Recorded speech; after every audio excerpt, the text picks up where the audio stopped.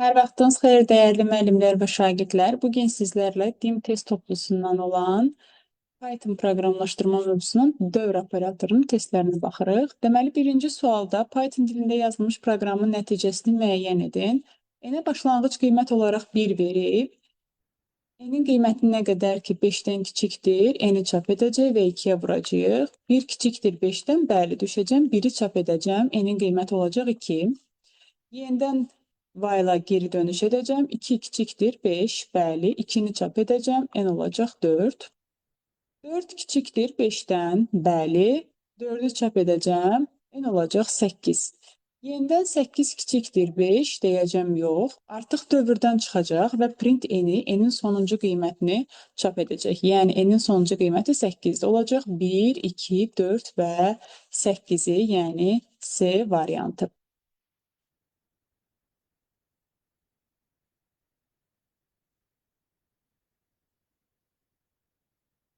İkinci sualda deyir ki, Python dilində yazılmış proqramın nəticəsini müəyyən edin.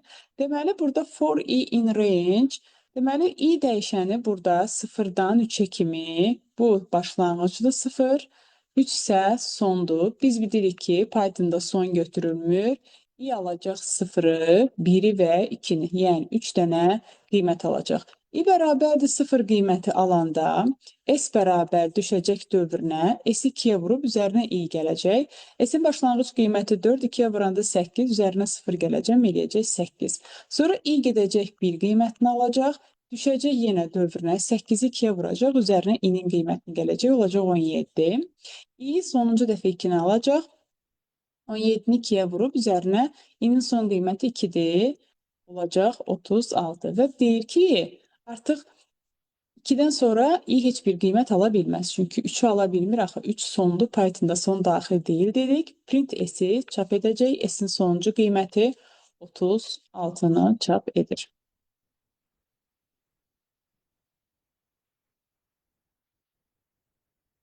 Növbəti sualla davam edirik.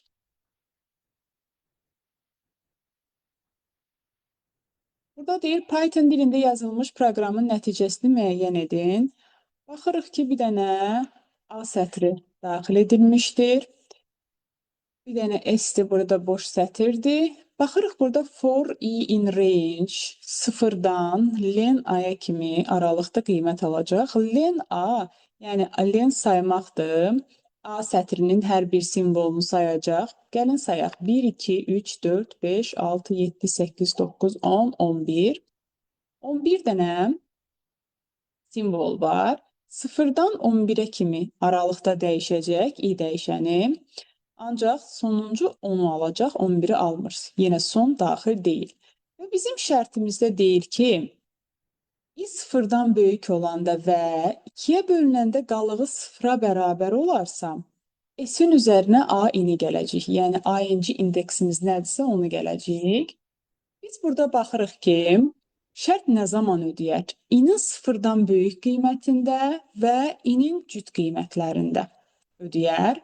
Baxırıq, i hansı qiymətləri alır? Normalda i 0-dan 10-a kimi qiymət alır. Amma burada şərtdə i böyükdür 0 deyirsə, bu şərt ödəməyəcək. Bizim şərti ödəyən qiymətlərimiz i-nin 2, 4, 6, 8 və 10 qiymətlərindədir. I-nin bu qiymətlərində hər dəfə S-in üzərinə A, 2-ci, 4-cü, 6-cı, 8-ci və 10-cu yerdə duran sətirləri gələcək, yəni hərfləri. Gəlin baxaq, 0, 1, 2, 3, 4, 5, 6, 7, 8, 9, 10. İndeksləməyə başlayanda biz bilirik ki, 0-dan başlayırıq. Deməli, i-nin 2 qiymətindən S-in üzərinə A2-in gələcəm. A2 F-dir, dırnaqda F. Daha sonra üzərinə 4-cü indeksin yerində durur R. Daha sonra 6-cı indeksin yerində durur A. 8-ci indeksin yerində durur I. 10-cu indeksin yerində durur A.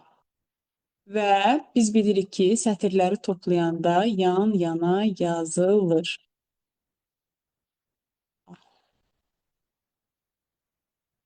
Deməli, fra-i A. Dırnaqda fra-i olur. Amma biz bilirik ki, print S dırnaqda olan bir ifadəni dırnaqsız formada ekrana Xəyrdir, B bəndi.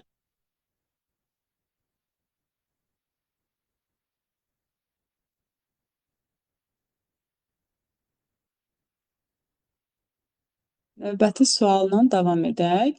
Deməli, klaviaturadan daxil edilən natural ədəd üçün Python dilində yazılmış proqram nəyi çap edir? Ümumiyyətlə, biz hər hansısa bir bura ədəd versək, 3 rəqəmli bir ədəd və yaxud da bir 4 rəqəmli ədəd versək, biz baxırıq ki, sonda bizdən S-i soruşur. S burada neynir? S hər dəfə 1-dir də, K-ya vurur. K-nın qiymətləri nə olarsa şərtimiz ödəyir. K-nın qiymətləri cüt olarsa, çünki cüt ədədi 2-yə bölünəndə qalıqda 0 olur da.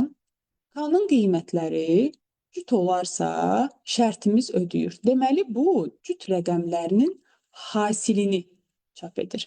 Yəni, siz bura istənilən bir ədəd qoysanız, 3265 qoysaz, K n-ə bölü n-i ona bölünəndə alınan qalıqdır. Yəni, bir dəfə 5-i, bir dəfə 6-nı, bir dəfə 2-ni, bir dəfə 3-ü alacaq. Və hər dəfə bu şərt bilirsiniz ki, yoxlanılır. K-nın 6 qiymətində, bir də 2 qiymətində şərt ödəyəcək, 6-nı vuracaq 2-yə.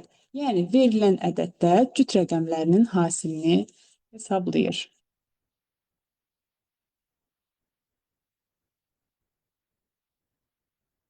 Blok sxemlə təsvir olunmuş alqoritm Python dilində təsviri hansıdır? Gəlin baxaq.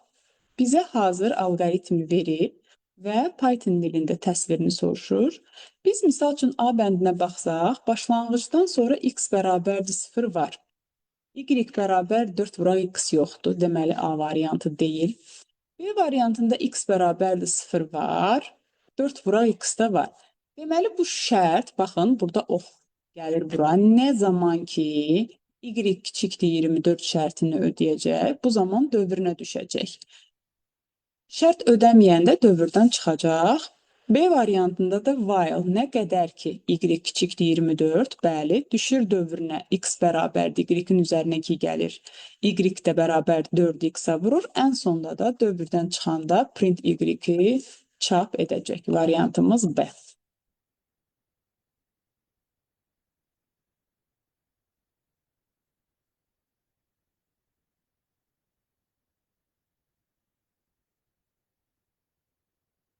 Altıncı sualla davam edək.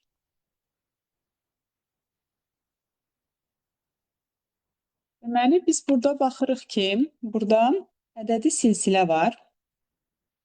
Yəni, S-in üzərinə K gələcək. K-nı da hər dəfə 4 artıracaq. Biz də bilirik ki, ədədi silsilədə silsilə fərqi deyilən bir şey var, yəni D. D silsilə fərqidir. 4 artır. Bəli, variantlarımıza baxırıq ki, bütün variantda ilə silsilə fərqi 4-dür. Gəlin, baxaq görək. Birinci həddi nə olacaq? Birinci həddi print S-i soruşur da. S-in də üzərinə K gələcək. S-in üzərinə K gəlirsə, K-nın birinci qiyməti 5-dir. Bu eləyəcək 5. Yəni, birinci həddi 5-dir. Elə baxırıq ki, variantları da birinci həddi 5-dir, silsilə fərqi 4-dür. Gəlin görək, ədədi silsilənin neçə dənə həddinin cəmini toplayacaq. Əgər K kiçikdirsə 26-dan, yəni 5 kiçikdirsə 26-dan, S-in üzərinə K gələcək, yoxsa olacaq 5. K-nın da üzərinə 4 gələcək, K olacaq 4. Hər dəfə 4 artacaq. 9 kiçikdirmi 26-dan? Bəli. 5-in üzərinə 4 gələcəm. K da olacaq 13. 13 kiçikdirmi 26-dan? Bəli. S bərabərdir 5 üstə gəl 4 üstə gəl 13. S də bərabərdir 17. 17 kiçikdirmi 26-dan? Bəli, S bərabərdir 5 plus 4 plus 13 plus 17. S də bərabərdir 21. 21 kiçikdirmi 26-dan? Bəli, S bərabərdir 5 plus 4 plus 13 plus 17 plus 21. K da bərabərdir 24. Son olaraq 24 kiçikdir 26-dan? Deyirəm, bəli. Və S bərabərdir. S-in sonuncu qiyməti 13 plus 17 plus 21 plus 24. K da bərabərdir, eləyir 28. Və sonuncu dəfə şərti yoxlayıram. Şərt ödənmir. Mənə deyir, print S-i çap et və proqramı təyin et. Baxıram ki, neçə dənə həddinin cəmidir? 1, 2, 3, 4, 5, 6. Bəli. İlk 6 həddin cəmidir. Deməli, ilk 6 həddin cəmi birinci həddi 5 olan, silsilə fərqi 4 olan. Bəli, baxırsınız, silsilə fərqi hər birində 4-dür. 13, 17, 21, 24. 5-in üzərinə gəlin burada 9-u gələk. Burada mexaniki səhv gedib 9-dur. 9-dur. Silsilə fərqi, baxın, hər birində 4-dür. Deməli, belə bizim variantımız Y variantına uyğun gəlir.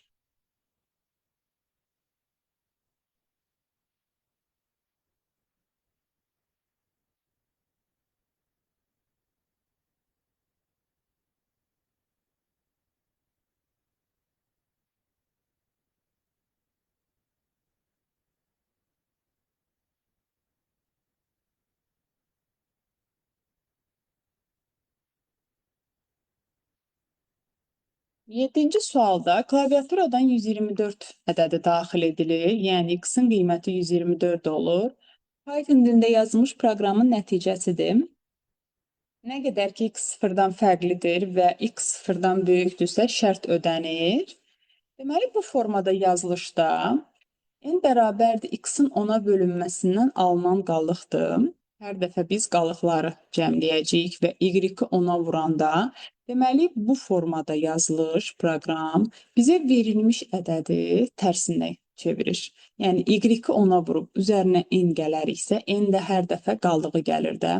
Bir dəfə qalıq x-i 10-a böləndə alınan qalıq 4 olacaq, bir dəfə 2 olacaq, bir dəfə də 1 olacaq. Və y-i 10-a vurub üzərinə n gələndə verilmiş ədədi tərsinə yazacaq. Yəni, olacaq 421 D variantı. Sonra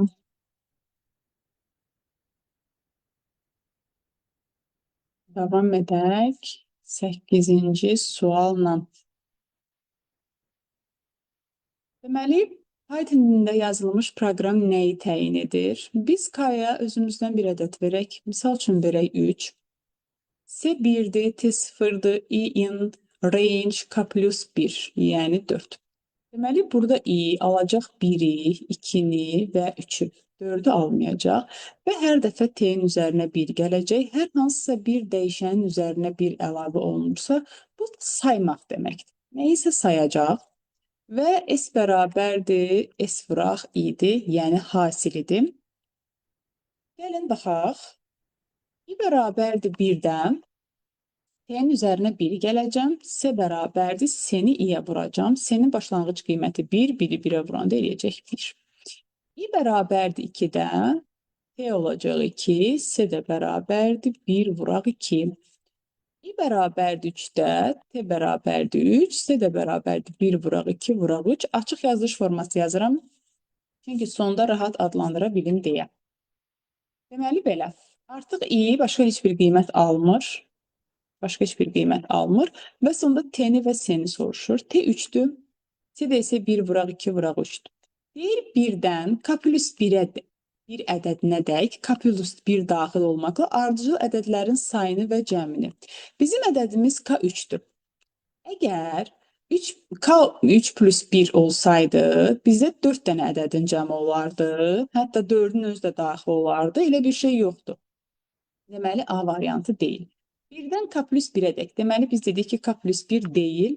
K minus 1-ə qədər. K-mız 3-dür. Minus 1 olsaydı 2 dənə ədədin hasili və sayı olardı. Xeyr, bizdə 3 dənə ədədin hasili və sayıdır. Keçək D variantına. 1-dən ixtiyari k ədədinə dək ədədlərin sayını və fərqi. Bizdə ixtiyari k ədədi deyil. 1-dən k ədədinə dək k daxil olmaqla ardıcıl ədədlərin sayını və hasilini. Bəli, 1-dən k-ya dək, yəni k 3-dür, 3 vermişik biz. 1-dən 3-ə dək k daxil olmaqla, bəli, k-ya 3 vermişdik, o da daxil olmaqla ardıcıl ədədlərin, gördüyümüz kimi ardıcıl ədədlərdir, sayı, deməli, t bildirir sayını. 3 dənədir, baxın, görürsünüz, 3 dənə ədəddir. Və hasilini bildirir. Elə variantımız Y variantıdır.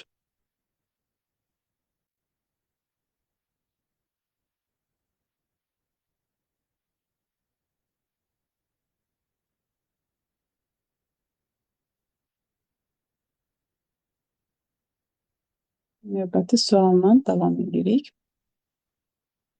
Python dilində yazılmış proqramın təyinatını soruşur yenə bizdən. Baxırıq proqrama. Deməli, hər dəfə x burada qiymət aldıqca k-ya ixtiyari bir qiymət verəcəyik.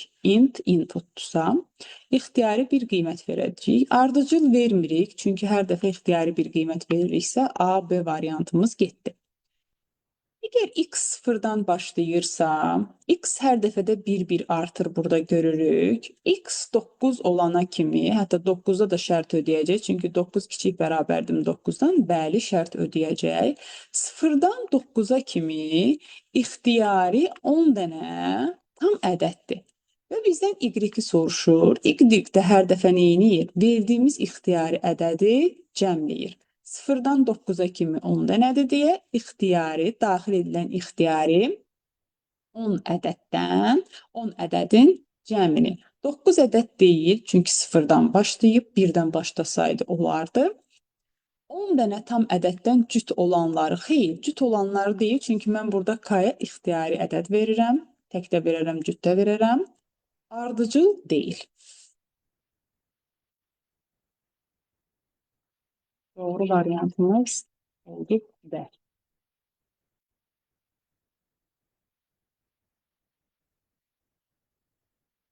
Deməli, 10-cu sualda deyir ki, yenə Python dilində yazılmış proqram nəyi təyin edir? Gəlin baxaq. İndi biz ixtiyari bir yenə ədəd verəcəyik. Baxırıq ki, bu hər dəfə hər hansısa bir dəyişənin üzərinə bir gəlib onu saymaq deməkdir. I burada sadəcə olaraq i dəyişəninin qiymətini artır, parametr rolunu oynayır. N-natural ədədlərin N-ə bir ədəd versək, N-i hər dəfə i-yə böləndə, qalıqda 0 olanda şərt ödəyir. Bir də i 2-yə bölünməsindən alınan qalıqda 1.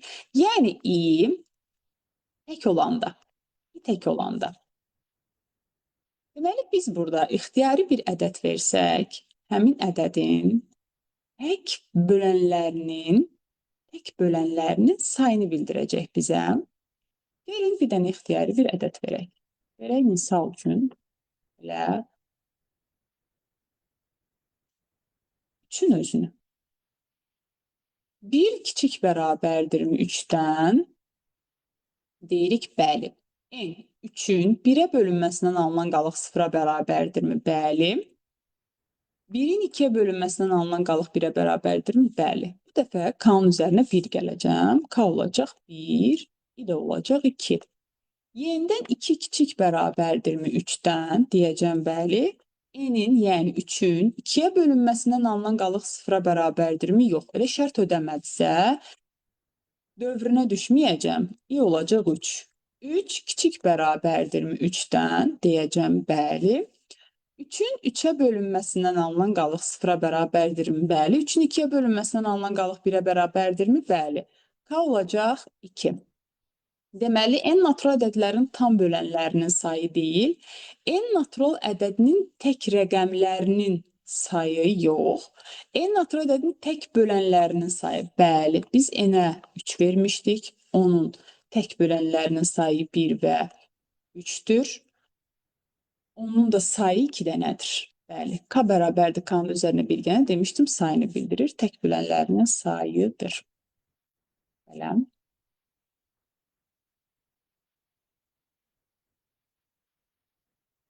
Daha sonra 11-ci sualla davam edək.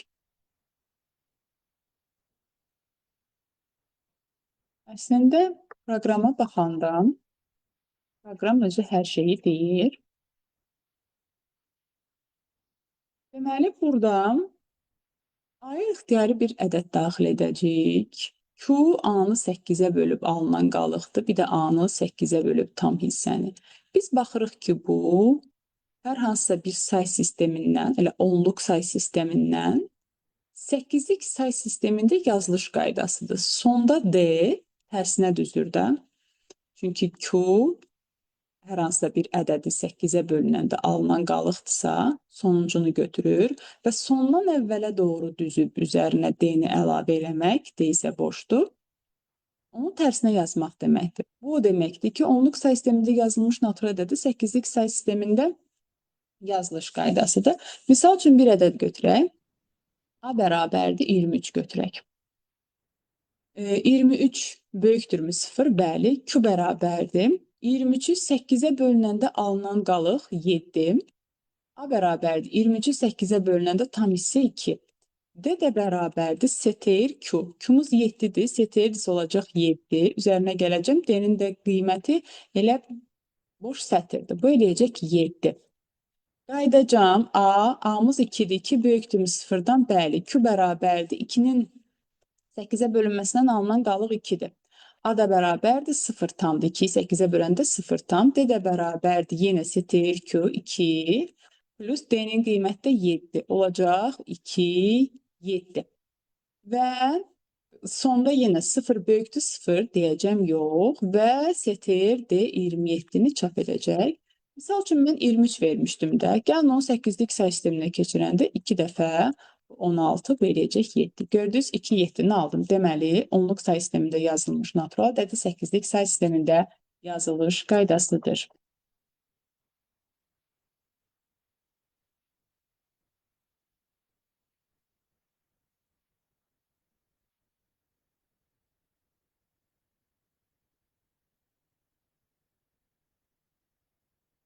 12-ci sualda klaviaturadan 2456 ədədi daxil edilərsə, Python ilə yazmış proqramın nəticəsini soruşur. Sonda bizdən K-nı soruşur. K-nı tapmaq üçün bizdə bura N lazımdır. Heç bizə A lazım deyil, X lazım deyil. Sadəcə olaraq biz bilməliyik ki, burada neçə dəfə dövr gedəcək, nə zaman ki X sıfırdan böyükdür, şərt ödəyəcək. Deməli, burada bir dəfə alınan qalıq 6, bir dəfə 5, bir dəfə 4, bir dəfə də 2 olacaq. Və hər dəfə də x 10-a bölündükcə qalıq tam hissəni götürəcək. 10-a bölüb tam hissəni götürəcək. Yəni, n burada 4 alacaq. Dövr 4 dəfə gedəcək. N də hər dəfə üzərinə 1 gələndə n olacaq 4. Deməli, olacaq k bərabərdir. K-nı da başlanğıc qiymət olaraq x-a bərabər eləyib. X-in də qiyməti 2456-dır. Üzərinə gələcək 5 vuraq, 10 üstü 4. 10 üstü 4. Bu da eləyəcək 5, 4 dənə 0, yəni 50.000 üzərinə gələcəm 2456. Bu da eləyəcək 52456. K-nı buradan tapdıq belə. Sonra onu 10-a vuracam, bir dənə 0 əlavə eləyəcəm, üzərinə də 5 gələcəm. 524.565, yəni Y variantı.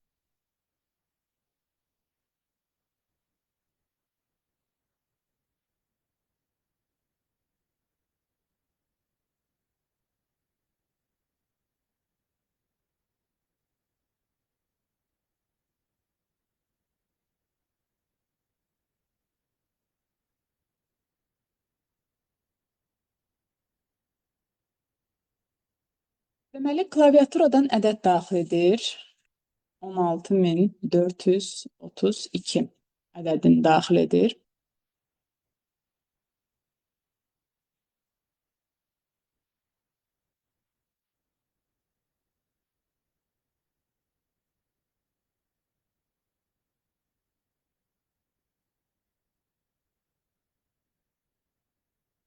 Aha. 100-ə bölüb tam hissəni tapacaq, eləyəcək 164. 164 böyükdürmü 10-dan? Bəli. Bu eləyəcək 4. S də bərabərdir. S-in də üzərinə gələcəm. Q-nu S eləyəcək 4. X də bərabərdir. 164-ü 10-a bölüb tam hissə. Bu eləyəcək 16 tam. 16 böyükdürmü 0-dan? Bəli. Q bərabərdir. X-in 16-nın 10-a bölünməsindən alınan qalıq 6. S də bərabərdir. 4-ün üzərinə gələcəm. 6-nı eləyəcək 10. X olacaq 1. 1 böyükdürmü 0-dan? Bəli. Q bərabərdir. 1-in 10-a bölünməsindən alınan qalıq 1. S də bərabərdir. S-in üzərinə Q gələcəm. Eləyəcək 11. X də bərabərdir 0. 0 böyükdürmü 0-dan? Yox. S-in qiyməti olacaq 11.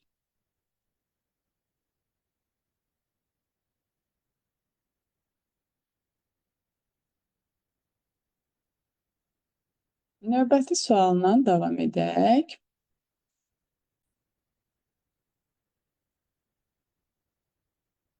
Aha, növbəti sualda deyir ki, verilmiş proqram 30 ədədini çap etməsi üçün S dəyişəninə mənimsədilən qiyməti müəyyən edin. Yəni, bizə S-in başlanğıc qiymətini tapmaq lazımdır. S sonda 30 alıb. Deməli, i dəyişəni burada 0-dan 4-ə kimi, yəni 0-ı, 1-i, 2-ni, 3-ü və 4-ü alacaq. Hər dəfədə S-in üzərinə 2-ni i-yə vurub cəmləyəcək və sonda 30 qiymətini alacaq. Yəni S bərabərdir. Bir dəfə S-in üzərinə gələcək. 2-ni 0-a vuracaq 0. Daha sonra 2-ni 1-ə vuracaq 2. Daha sonra 2-ni 2-yə vuracaq 4. 3-ə vuracaq 6. 4-ə vuracaq 8. Və bunun cəmi bizə 30-u verəcək. S-ə başlanğıc qiymət olaraq S üstəgələk 6, 6, 12, 20 bərabərdir 30, S də bərabərdir 10. Deməli, S-ə başlanğıc qiymət 10 verəriksə, nəticədə 30 çap olunar.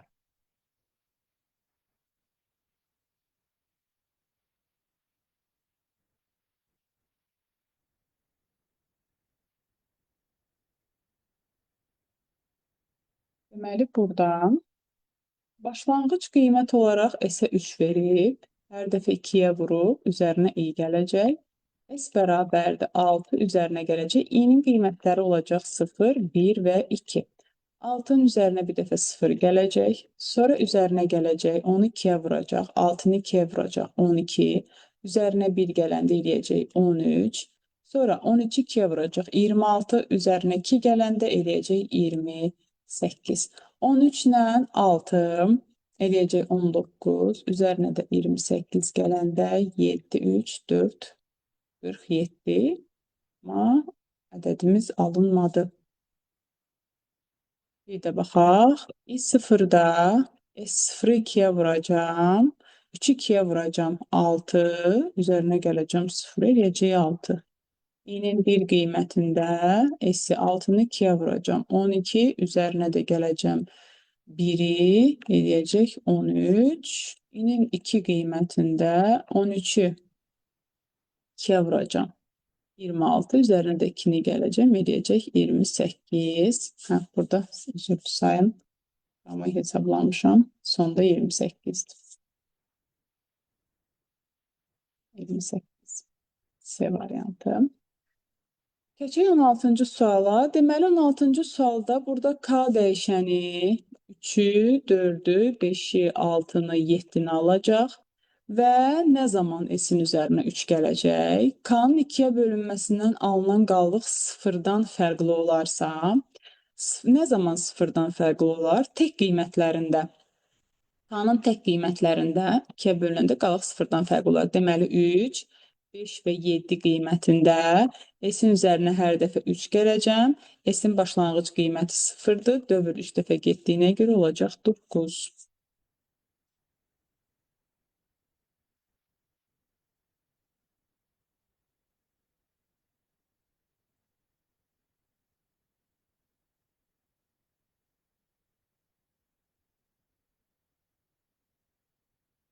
Aha.